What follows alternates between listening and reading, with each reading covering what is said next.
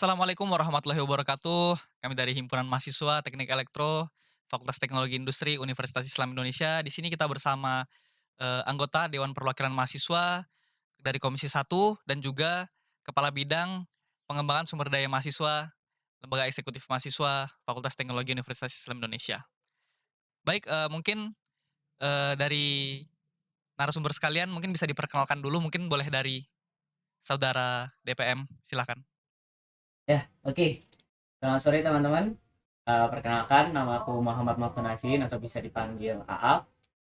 Kebetulan di periode ini aku diamanai sebagai salah satu anggota Komisi 1 Dewan Perwakilan Mahasiswa Fakultas Teknologi Industri.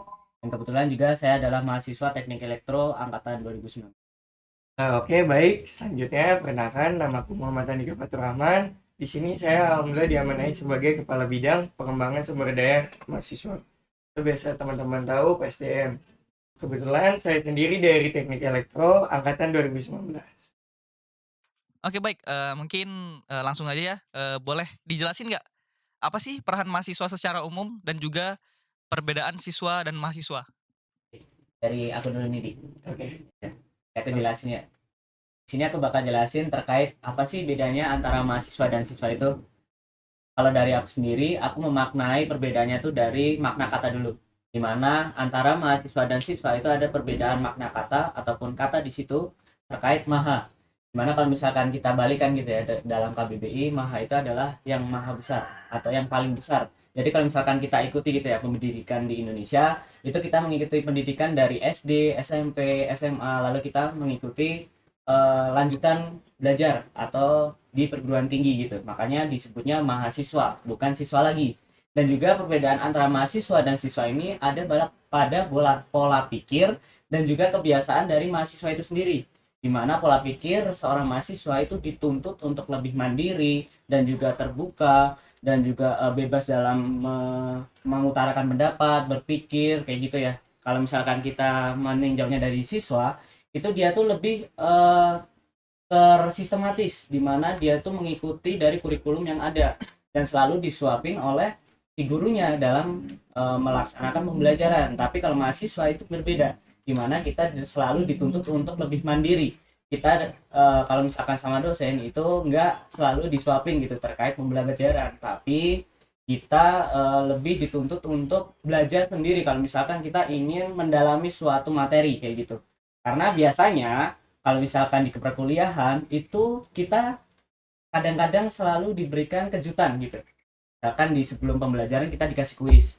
Nah itu kalau misalkan di sekolah dulu kan nggak gitu. Biasanya kalau kita pembelajaran di akhir baru kuis atau ujian gitu lah ya. Kalau di kuliah ini berbeda.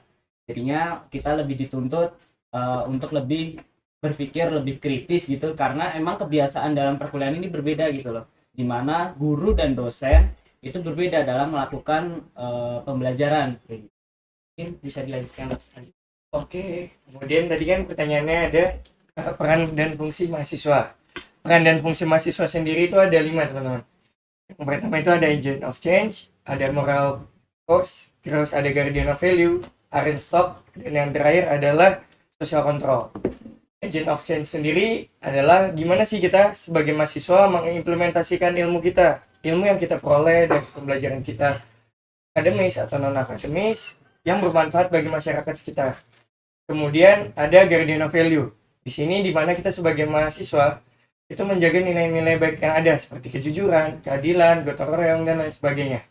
Kemudian moral force, di mana kita sebagai mahasiswa sendiri menjadi acuan dalam berperilaku dan menjadi contoh untuk masyarakat sekitar.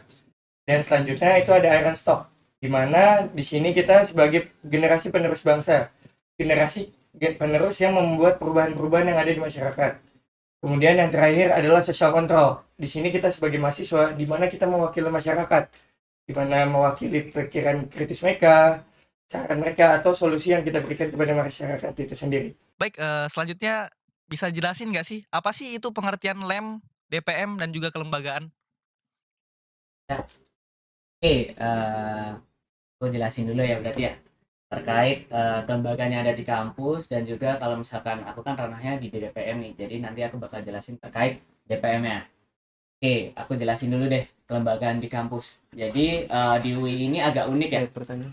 di mana emang kita menganut suatu sistem pemerintahan yang sedikit berbeda dengan kampus-kampus ya, yang ada di Indonesia lainnya. Di mana kalau misalkan secara umum kita itu menganut terkait sistem semi parlementer, di mana ketua umum ataupun ketua di ranah eksekutif itu dipilihnya dari parlemen, di mana parlemen ini adalah Dewan Perwakilan mahasiswa kalau misalkan di tingkat fakultas, sedangkan kalau misalkan di tingkat universitas itu namanya Dewan Permusyawaratan Mahasiswa. Nah itu, dan jadi kalau misalkan DPM sendiri itu sebenarnya adalah suatu lembaga yang bergerak dalam ranah legislatif, di mana legislatif ini sendiri memiliki 3 fungsi utama. Yang pertama ada legislasi, yang kedua ada terkait pengawasan, dan yang terakhir ada anggaran, di mana legislasi ini kita biasanya membuat terkait pedoman program kerja, pedoman organisasi yang nantinya bakal digunakan sebagai acuan ataupun dasaran penjalanan dari teman-teman lembaga eksekutif mahasiswa seperti Mas Andika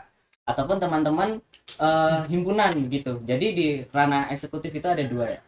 Terus di bagian pengawasan itu kita sendiri melakukan yang namanya monitoring terhadap penjalanan suatu proker yang sudah dibuat dan juga sudah diverifikasikan oleh teman-teman eksekutif kayak gitu. Lalu di bagian anggaran sendiri itu kita menjalankan fungsi anggaran dengan cara menggelontorkan uang ataupun melakukan pengelolaan keuangan di setiap triwulan yang ada dalam satu periode. Jadi kalau misalkan dalam satu periode itu ada 12 bulan, jadi ada 4 kali kita melakukan pengelolaan terhadap keuangan dan juga kita mempertanggungjawabkan keuangan itu setiap triwulannya. Jadi kalau misalkan teman-teman pengen tahu lebih gitu ya, itu ada yang namanya forum Foraslak. Jadi itu adalah forum pertanggungjawaban dari teman-teman DPR kepada mahasiswa sebagai pengawas gitu ya. Kalau misalkan teman-teman tahu, sebenarnya kan kalau misalkan di Indonesia ada 3 ranah pemerintahan ya. Yang pertama ada eksekutif, legislatif, dan juga yudikatif. Jadi kalau di UI itu yudikatifnya adalah teman-teman mahasiswa itu sendiri. Jadi kita mempertanggungjawabkan apa yang kita sudah perbuat selama satu periode, khususnya di triwulan, itu kepada teman-teman mahasiswa dalam bentuk LPJ atau lembar pertanggungjawaban ya Mas Andika ya.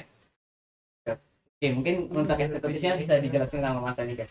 Oke, aku lanjutin ya Mas El untuk bagian lembaga eksekutif mahasiswanya atau yang biasa dikenal oleh LEM. Ya, jadi dari LEM itu sendiri itu kita bergerak sebagai eksekutor atau pelaksana atas kegiatan-kegiatan yang ada di fakultas. Di mana LEM FTI sendiri itu kalau mau mengadakan kegiatan itu berdasarkan forum aspirasi mahasiswa yang diadakan sebelum periode dimulai. Dari forum aspirasi tersebut kita kelola, kita data kira-kira apa aja sih yang teman-teman mau, apa aja sih yang teman-teman mau adakan pada periode ini. Tuh, terus kita juga berpacu pada GBPK yang telah dibuat oleh Mas DPM, betul Mas Am? Iya. Tuh, setelah kita membuat program kerja tersebut, kita melakukan verifikasi kepada DPM, di mana kita memverifikasikan atau mengajukan konsep-konsep yang telah kita buat atau telah kita proses ke teman-teman DPM. Tuh. Mungkin untuk LEM cukup itu aja sih. Iya, siap. Mungkin bisa dilanjut nih dari Aap atau Andika, bebas sih. Bisa dijelasin nggak peran mahasiswa dalam keikutsertaannya di kelembagaan? Aku masuk ya. Jadi kalau misalkan dari sudut pandang mahasiswa itu sendiri dalam keikutsertaannya dalam kelembagaan, itu sebenarnya ada 2 poin penting mereka mengikuti sebuah proses dalam kelembagaan itu sendiri. Yang pertama itu khususnya teman-teman mahasiswa ini dalam kelembagaan itu berfungsi sebagai kontrol sosial, di mana mereka ikut mengawasi begitu ya dalam penjalanan satu periode teman-teman lembaga itu seperti apa. Seperti misalkan ada suatu produk hukum yang dikeluarkan oleh teman-teman dewan. Jadi teman-teman mahasiswa itu bisa sebagai apa ya, pengontrol sosial, di mana mereka juga bisa ikut mengkritisi ataupun misalkan ada kesalahan di situ mereka juga bisa mengajukan aspirasi. Karena kalau misalkan kita membuat suatu produk hukum itu harus berdasarkan aspirasi dari teman-teman mahasiswa itu sendiri. Apakah teman-teman mahasiswa itu butuh terkait legislasi ini atau produk hukum ini ataukah tidak. Kalau misalkan teman-teman mahasiswa itu tidak membutuhkan hal tersebut, ya produk hukum itu secara hukum ya, kacamata hukum itu catat formil maupun material kayak gitu. karena memang tidak didukung oleh teman-teman yang bakal menjadi apa ya, orang yang disasarkan untuk mengikuti si produk hukum ini. Untuk poin yang kedua akan dijelaskan sama Mas Andika deh, soalnya berkaitan sama teman-teman eksekutif nih. Oke, untuk ranah eksekutif sendiri itu dimana kita kan sebagai eksekutor ya, atau pelaksana suatu program kerja atau kegiatan. Jadi dimana kita sendiri ini punya sasaran kegiatan, dimana sasaran kegiatannya sendiri itu teman-teman mahasiswa sendiri gitu loh. Contoh kayak yang terdekat ini ada OMB atau kita sebut biasa oleh peta FTI, dimana situ akan kegiatannya itu sasarannya mahasiswa baru angkatan 2022. Kemudian kemarin kita ada kegiatan aksi nih teman-teman, mana kita itu turun ke jalan untuk kita memprotes atas kebijakan-kebijakan pemerintah, di mana kegiatan kita itu sasarannya itu untuk mahasiswa sendiri, mahasiswa yang bergerak gitu loh. Dan juga untuk kedepannya mungkin itu kita biasanya ada arak-arakan, mana pelaksananya itu dari mahasiswa sendiri, dimana kita sendiri kan menganut student government dari mahasiswa oleh mahasiswa untuk mahasiswa. Tuh, jadi peran mahasiswa di sini itu penting teman-teman di ranah legislatif maupun eksekutif. Oke, gitu ya, mungkin jawabannya dari Aaf sama Dika ya. Mungkin langsung lanjutin aja. Pertanyaan selanjutnya itu, apa sih korelasi hubungan antara LEM, DPM dalam himpunan? Oke, itu dari aku lagi dulu ya. Korelasi, berarti hubungan gitu ya antara teman-teman DPM. Ya jelas kita sangat berhubungan gitu loh, karena teman-teman DPM sendiri itu bertugas untuk melakukan pengawasan terhadap penjalanan suatu proker yang diajukan oleh teman-teman himpunan itu sendiri dengan verifikasi. Jadi sebenarnya alur dari penjalanan kelembagaan eksekutif yang ada di ranah UII gitu ya, atau yang ada di lingkup KMUI itu tuh pertamanya mereka tuh mengajukan proker sendiri untuk diverifikasikan oleh teman-teman DPR. Untuk apa diverifikasikan? Agar si proker ini tuh sah secara hukum atau legislasi gitu ya, karena kan terkadang suatu proker itu memang harus disesuaikan gitu ya dengan pedoman-pedoman yang ada atau produk hukum yang ada di KM kayak gitu. Dan juga kalau misalkan sudah kita verifikasikan, nantinya saat penjalanan satu periode mereka menjalankan satu proker itu kita melakukan pengawasan kembali melalui yang namanya monitoring. Kalau misalkan di proker acara gitu ya, seperti yang Mas Andika jelasin tadi, itu ada yang salah satunya adalah OMB yang kalau misalkan di FTI sendiri dinamai dengan peta FTI. Nah itu tuh kita melakukan monitoring melalui yang namanya tim kerja yang dibentuk oleh teman-teman DPM, di mana mereka melakukan pengawasan apakah teman-teman panitia ini sudah menjalankan fungsinya ataupun perannya dengan baik atau belum terkait tugas-tugas yang sudah diverifikasikan sebelumnya. Kayak gitu. Kalau misalkan dari eksekutifnya gimana Mas Adi? Oke, dari eksekutifnya sendiri nih, kita itu melakukan kolaborasi teman-teman himpunan. Contoh kayak program kerja arah-arakan. Kita nggak akan bisa ngadain program kerja arah-arakan tanpa adanya teman-teman himpunan. Jadi kita butuh adanya kolaborasi antar himpunan, di mana banyak program-program acara kita itu bergerak atas kolaborasi dengan himpunan. Contoh itu ada juga Porseni atau mungkin tahun lalu namanya FTI Fest gitu. Dimana di situ kan himpunan disatukan untuk mengembangkan minat dan bakatnya, dan juga inilah mengeraih atau memperjuangkan gimana sih jadi nomor satu di tingkat olahraga atau seninya gitu. Kemudian dari lembaga eksekutif sendiri itu ada forum konsultasi, di mana untuk teman-teman himpunan yang punya program kerja acara itu dikonsultasikan pada pihak LEM, di mana forum konsultasi itu diadakan oleh inti LEM yang berisikan terkait konsultasi konsep acara yang telah kalian buat gitu. Jadi misal dari teman-teman panitia nih buat konsep acara, terus mungkin masih ada yang bingung terkait kebijakan atau teknisnya enaknya gimana, itu ada forum konsultasi yang dimana teman-teman panitia menanyakan atau berkonsultasi kepada inti LEM. Mungkin untuk eksekutif cukup segitu teman-teman. Oke, ini Mas, saya mau nanya lagi nih Mas. Apa sih manfaat yang diharapkan dan bisa dirasakan oleh mahasiswa dari adanya kelembagaan yang ada di FTI UII? Jawab duluan ya, Eh, aku sebagai boleh. pihak eksekutor. Mungkin apa yang bisa dirasakan itu banyak teman-teman. Mungkin bisa dari melatih soft skill, terus juga mengetahui tentang pengetahuan akademis, kemudian mengetahui tentang ruang lingkup FTI dan semua elemen yang ada di FTI itu sendiri. Melalui program kerja yang ada di lem itu sendiri. Contoh dari kita itu ada LDKO atau latihan dasar kepemimpinan organisasi, di mana di situ teman-teman dilatih kepemimpinannya, terus public speakingnya, terus berpikir kritisnya. Kemudian dari lem itu sendiri ada portionnya, di mana teman-teman itu dikembangkan minat dan bakatnya di bidang seni dan olahraganya. Dan juga itu dari lem itu ada levitasi, di mana teman-teman sendiri itu dikembangkan minat dan bakatnya dalam akademisnya, tingkat akademisnya, di mana di situ ada lomba karya tulis ilmiahnya, gitu, teman-teman. Kemudian untuk mungkin bidang politik mahasiswa ya, itu teman-teman diajar untuk berpikir kritis. Gimana sih kita menyikapi sebagai mahasiswa atas kebijakan-kebijakan yang ada yang dibuat oleh pemerintahan itu sendiri gitu. Jadi teman-teman itu sendiri banyak yang bisa teman-teman dapat dari berlembaga gitu melalui program kerja yang ada di lembaga eksekutif mahasiswa itu sendiri. Mungkin dari pihak legislatif, Mas Ab, silahkan. Ya, oke, makasih Adi. Mungkin tadi udah dijelasin cukup banyak ya sama Mas Andi kayak. Aku sih nambahin dikit aja sih kalau misalkan manfaat ini dari apa yang aku ya, secara umum yang pertama jelas mendapatkan banyak relasi gitu ya. Bukan hanya ke teman-teman himpunan sendiri atau bidang yang sama gitu. Misalkan aku nih dari teman-teman dari elektro kan.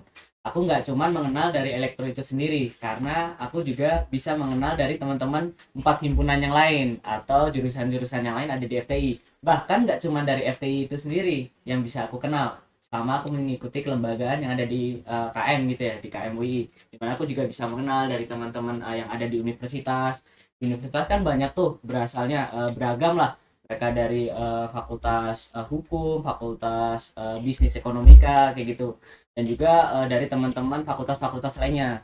Jadinya aku bisa mengenal mereka nih dengan wadah yaitu kelembagaan kayak gitu. Terus yang kedua yang paling aku rasain adalah ini sih dalam hal soft skill, dimana dulu tuh kalau misalkan aku ngomong gitu ya ke orang lain itu kayak takut takut buat berpendapat, takut untuk ngajak ngobrol, mendahului untuk membuka pembicaraan, itu aku takut. Nah, setelah aku mengikuti kelembagaan, aku lebih kayak mendapatkan kepercayaan diri gitu. Bisa melatih diriku sendiri untuk percaya terhadap diriku bahwasanya aku mampu untuk bisa apa ya, berbicara dan juga setara dengan orang-orang yang ada di luar sana kayak gitu sih. Oke baik Mas, terima kasih atas penjelasan manfaat yang bisa diharapkan dan dirasakan oleh mahasiswa ya jika mengikuti kelembagaan yang ada. Selanjutnya nih dari Mas-Masnya sendiri, pengalaman apa yang dirasakan ketika mengikuti kelembagaan? Bisa diceritain nggak secara detail gitu secara oleh masing-masing Mas Andika dan Mas Aap? Mungkin aku mulai dulu ya. Oke, kalau dari aku sendiri tuh pertama kali aku semester 2 itu mengikuti magang di LEMU.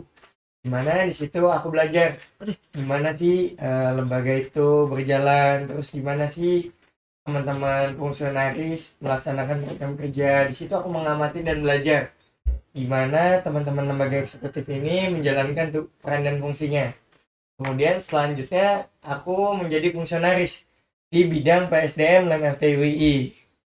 Terus di situ aku belajar gimana sih kita merancang suatu program kerja, kemudian gimana kita juga sebagai eksekutor melaksanakan program kerja kita yang setelah kita buat, dan juga bagaimana kita melaksanakan program kerja sesuai output yang ingin kita hasilkan gitu loh. Seperti kita mengadakan pelatihan, gimana sih kita melatih mahasiswa untuk mendapatkan output yang kita ingin capai gitu. Dan selanjutnya itu yang terakhir aku menjadi kepala bidang PSDM, di mana di sini aku bertanggung jawab mengkoordinir seluruh fungsionaris bidang PSDM. Di sini aku bukan lagi menjadi penanggung jawab satu program kerja saja, tapi di sini aku belajar gimana sih memanage PSDM dan seluruh program kerja yang PSDM punyai. Ini aku belajar gak cuman kita menerapkan gak cuman satu program kerja, tapi banyak variabel dan banyak variasi output yang ingin kita capai, nggak cuma satu output seperti next tadi. Itu teman-teman untuk pengalamanku sendiri. Mungkin Mas Ab gimana nih kalau Mas Ab sendiri? Ya, oke. Kurang lebih sama sih ya. Cuman bedanya aku mengawali kelembagaanku di lembaga mahasiswa itu melalui magang di HMTE, di Himpunan Mahasiswa Teknik Elektro tuh di semester kedua ya gitu aku. Pokoknya itu awal-awal pandemi banget tuh. Cuman memang waktu itu penjalanan di setiap ini ya karena kelembagaan yang ada di UI itu emang agak tersendat karena kan itu kan emang transisi banget tuh dari penjalanan kelembagaan offline ke online. Nah itu menariknya tuh di waktu pertama kali aku mengikuti kelembagaan tuh menariknya di situ karena kita emang dituntut lebih berpikir kritis dalam melakukan pengemasan terhadap suatu program kerja yang tadinya berjalan secara offline jadi online kayak gitu. Terus setelah aku mengikuti magang di HMTE, aku melanjutkan kelembagaanku tuh di LEM, di Lembaga Eksekutif Mahasiswa di Fakultas Teknologi Industri. Kebetulan aku bareng juga nih sama Mas Andika, sama-sama di bidang yang sama nih, di fungsionaris bidang PSDM waktu itu. Jadi kebetulan cuma waktu itu tuh aku beda PJ nih, penanggung jawab dalam proker yang ada di PSDM itu sendiri. Nah, jadi setelah aku mengikuti kelembagaan di LEM gitu ya, di LEM fakultas, aku ngelanjutin lagi nih pengalamanku ke lembaga legislatif atau biasa kalau misalkan di KM tuh dinamai dengan Dewan Perwakilan Mahasiswa di periode sekarang. Kebetulan juga sekarang kan aku udah perkenalan ya tadi ya. Aku diamanai sebagai salah satu anggota Komisi 1 di mana kerja aku tuh untuk lebih ke arah internal gitulah terkait kalau misalkan kita jabarin lagi itu tuh di ranahku sendiri tuh aku mengurusi terkait keislaman, organisasi dan juga pengembangan sumber daya. Jadi secara nggak langsung sebenarnya aku sama Andika nih di perjalanan lembaga ini saling berkaitan terus lah dari awal sampai akhir bahkan sampai sekarang kayak gitu.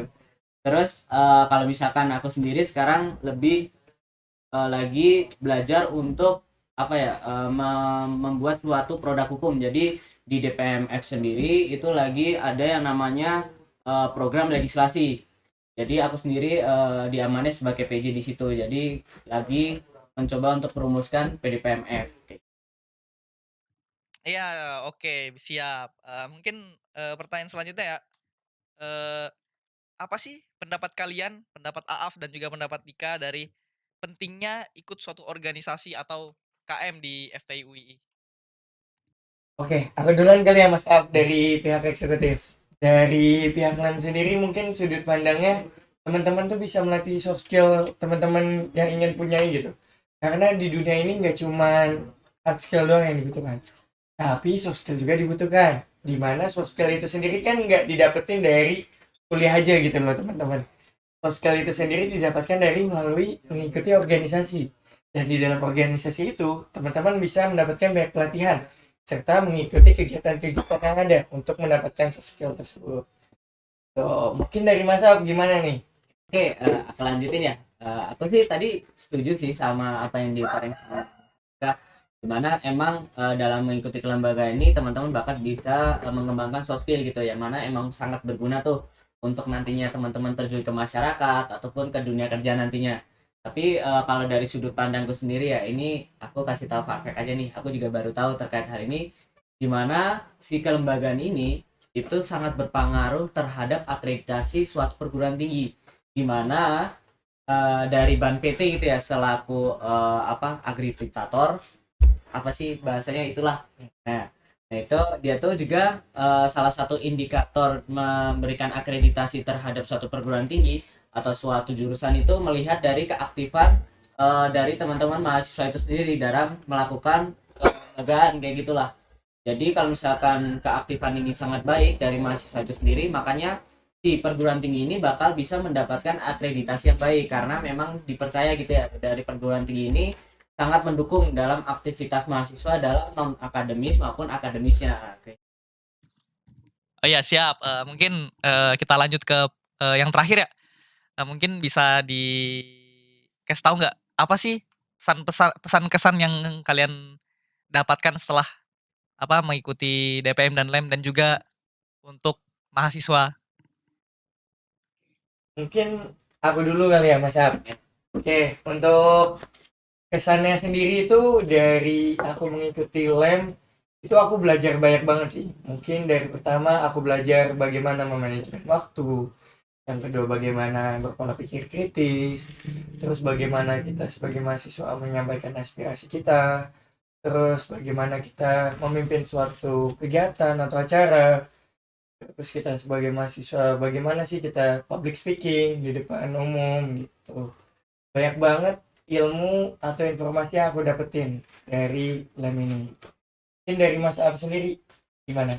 Oke, kalau dari aku sendiri ya, kesanku selama mengikuti kelembagaan khususnya di DPM saat ini, aku belajar banyak hal baru sih. Karena kan kita tahu sendirilah, kita kan teman-teman teknik gitu ya. Selalu kalau misalkan apa yang dilakukan itu hanya berbicara tentang teknis saja.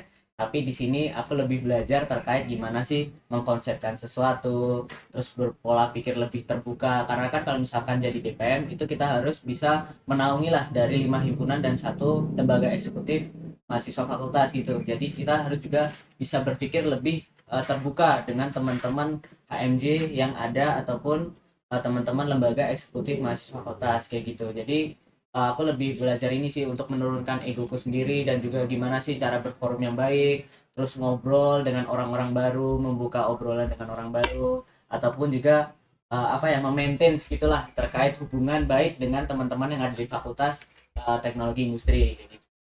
Dari aku. Oke, mungkin langsung ke pesan aja deh ya. Kalau dari aku sih pesan aja sih buat teman-teman mahasiswa yang ingin mengikuti kelembagaan yang ada di FT ataupun di KM lah kayak gitu. Aku sih punya pesan, jangan pernah takut salah dan merasa bersalah karena amanah tidak akan pernah salah pundak. Jadinya kalau misalkan teman-teman nantinya memang terpilih untuk mengisi jabatan gitu ya di fakultas ini ataupun entah nanti jadi fungsionaris atau kepala bidang kayak Mas Andika atau mungkin menggantikan aku gitu ya di periode yang akan datang sebagai salah satu anggota dewan gitu. Jadi teman-teman jangan pernah takut salah tuh dalam melakukan sesuatu, tapi teman-teman harus tahu koridor teman-teman tuh di mana aja sih. Dari Mas Andika deh gimana? Ada pesan nggak buat teman-teman? Oke, mungkin ini jadi penutupan aja ya untuk teman-teman sekalian.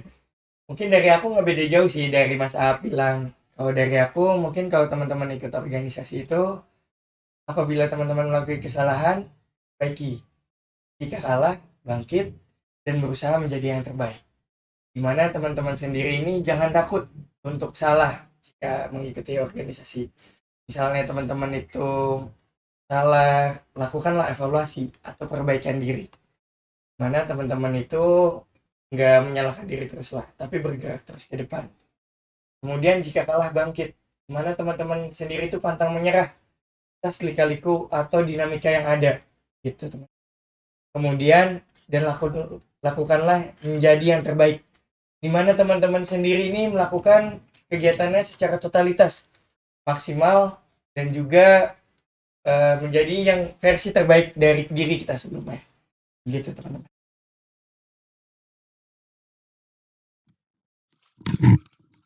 Oke. Mungkin itu aja sih yang kita ingin tanyakan untuk ke Aap dan juga Andika tentang kelembagaan. Terima kasih sih udah mau meluangin waktunya di sini bersama kita bidang komunikasi dan jaringan HMTE. Terima kasih juga karena udah menjawab pertanyaan-pertanyaan kita dengan benar dan cukup baik, dengan berbinar-binar, bahagia. Tidak benar-benar juga sih. Mungkin kan kebetulan kan kita semua di sini kan elektro ya. Mungkin bisa jargon dulu kali ya, elektro satu bukan salah satu gitu ya. Oke, ntar kalau aku bilang elektro satu, dan tahu akan ngejawab apa. Oke, Ya, siap. Ban elektro dong. Ban Elektro elektro. ya, oh ya. Oh mau gini apa? One elektro atau elektro satu nih? One elektro Satu, bukan satu. Oh Oke, mau gini siap apa ya. maksudnya? ya gini lah Ini. Oke, siap ya. Gini. Siap ya. Oke. Oke. One elektro. Elektro satu, bukan satu. Ya, terima kasih udah mau menghadiri kita dari Komjen izin pamit, DPM dan lain izin pamit. Terima kasih semuanya. Assalamualaikum warahmatullahi wabarakatuh.